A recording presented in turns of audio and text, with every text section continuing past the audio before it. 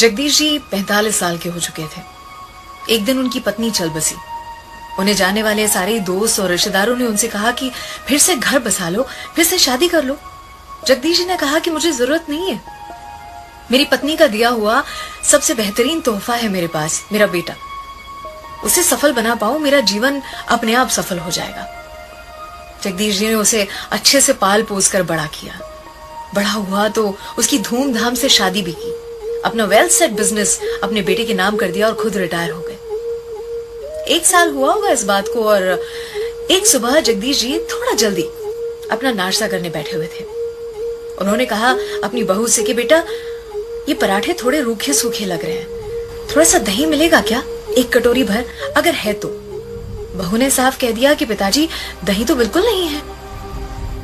अब जब ये कहा तो बेटा नाश्ता करने टेबल की ओर ही आ रहा था, उसने सुन लिया। जगदीश जी अपना नाश्ता करके टेबल से उठ गए और उसके बाद बेटा और बहू दोनों नाश्ता करने बैठे। तब बहू ने ढक्कन के नीचे से 1 कटोरी भर के दही निकाला और अपने पति की प्लेट में रख दिया। बेटा उस समय तो कुछ भी नहीं बोला, लेकिन उसके दिमाग में वही चलता रहा। वो घर से निकला, अपनी नौकरी पर गया, दिन रात उसके दिमाग में वो 1 कटोरी दही की बात चलती रही। दूसरे दिन उसने अपने पिताजी से कहा, पिताजी चलिए, हमें पंडित जी के पास जाना है, आपकी शादी की बात कर आया हूं, आपकी दूसरी शादी। पिताजी हंस के बोले कि बेटा, मैंने तब नहीं की, अब क्या करूंगा इस उम्र में दूसरी शादी, और मैं तुम्हें सारा प्यार देता हूं, तुम्हें दूसरी माँ तो नहीं चाहिए फिर?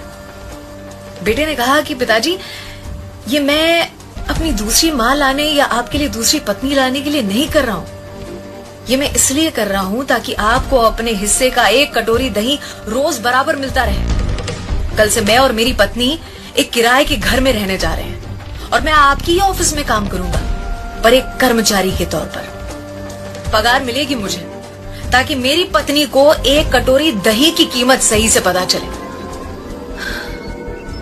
अर्थात माता पिता आजीवन अपने बच्चों के लिए एक डेबिट कार्ड बनने को तैयार होते हैं।